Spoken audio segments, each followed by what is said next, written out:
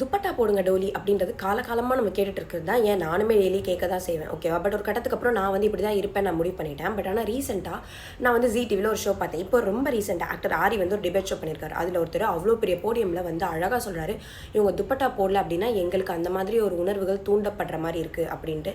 எனக்கு அதை பார்க்கும்போது எவ்வளோ சின்ன சின்ன பிள்ளைங்க வந்துட்டு என்னெல்லாம் ஆகுறாங்கன்னு நியூஸ்லாம் வருது. அதை பார்த்துட்டும் இன்னும் ட்ரெஸ்ஸு தான் பிரச்சனை அப்படின்னு சொல்கிறது எப்போ மாறும்னு தெரியல. நம்ம என்ன தான் இன்ஸ்டாவில் வீடியோ போட்டாலும் கற்றுனாலும் கதனாலும் எதுவுமே மாற போகிறதில்ல. பிரச்சனை என்னன்னா லேடிஸே சொல்கிறதுக்கு பதிலாக அவங்கவுங்க வீட்டு பசங்களை வந்து இந்த நேரத்தில் நீ வெளியே போகாத, இப்படி ட்ரெஸ்ஸு போட்டால் அதை தப்பாக நீ பார்க்காத, இதுவும் ஒரு அக்கா தான், இதுவும் அம்மா தான் அப்படின்றத மாற்றணும்.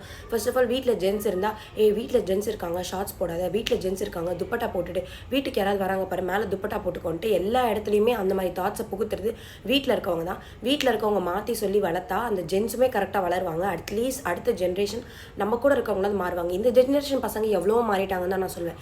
இப்போ எல்லாருமே ரொம்பவே வந்து என்ன சொல்கிறது மாடஸ்ட்டாக மாறிட்டாங்க. எல்லாருக்குமே அந்த மாடர்ன் ட்ரெஸ்ஸிங்க்கும் வல்கர் ட்ரெஸ்ஸிங்க்கும் டிஃப்ரென்ஸ் தெரியுது. பட் இன்னும் அந்த காலத்தில் இருக்கவங்க தான் இந்த மாதிரி தேவையில்லாத பூமர் டாக்ஸ்லாம் பேசிகிட்டு இருக்காங்க. உங்ககிட்ட யாராவது இந்த மாதிரி துப்பட்டா போடாதுன்ட்டு உங்ககிட்ட கடுப்பேற்றுவாங்க அப்படின்னு சொல்லிட்டு கமெண்ட்டில் சொல்லுங்கள். அண்ட் நான் சொன்னது உங்களுக்கு ஓகேவா இல்லையா அப்படின்றது எனக்கு கமெண்ட்டில் சொல்லுங்கள். ஓகேவா? நாளைக்கு வேறு ரீலில் பார்க்குறேன். பை.